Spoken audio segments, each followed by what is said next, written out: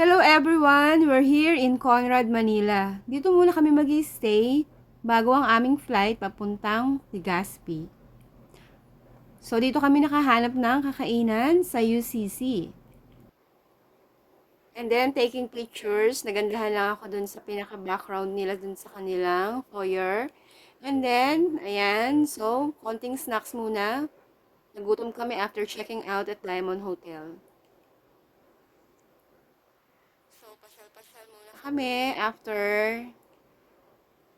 So, ang ganda ng kanilang mga, mga stores. Ayan, no? So, napaka-sosyal. Yes, Mason. Yung Mason nga pala meaning house in French.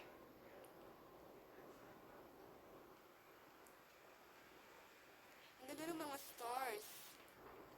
So, hindi siya yung normal na mga store sa SM. So, iba-iba yung kanyang mga brand. Ikot-ikot lang muna tayo. Matagal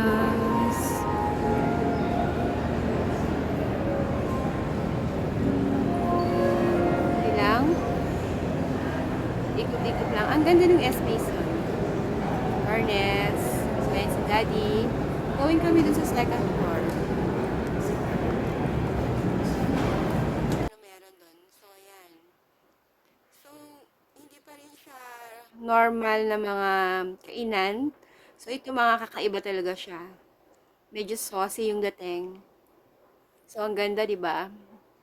So, ito yan. Ayan. Sa Conrad, Manila yan. Sa S. Mason. Di ba, Lola, sa ano yan? Sa Naga?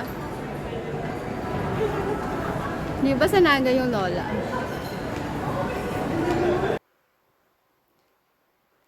Tinanong ko yung sa Lola. Kasi alam ko meron din sa Naga na Lola Restaurant. Kaya alam sabi ko baka franchise nila yung Lola dito sa S. Mason.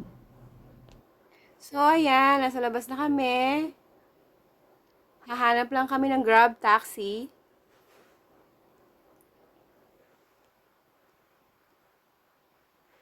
Nakakuha na kami ng Grab.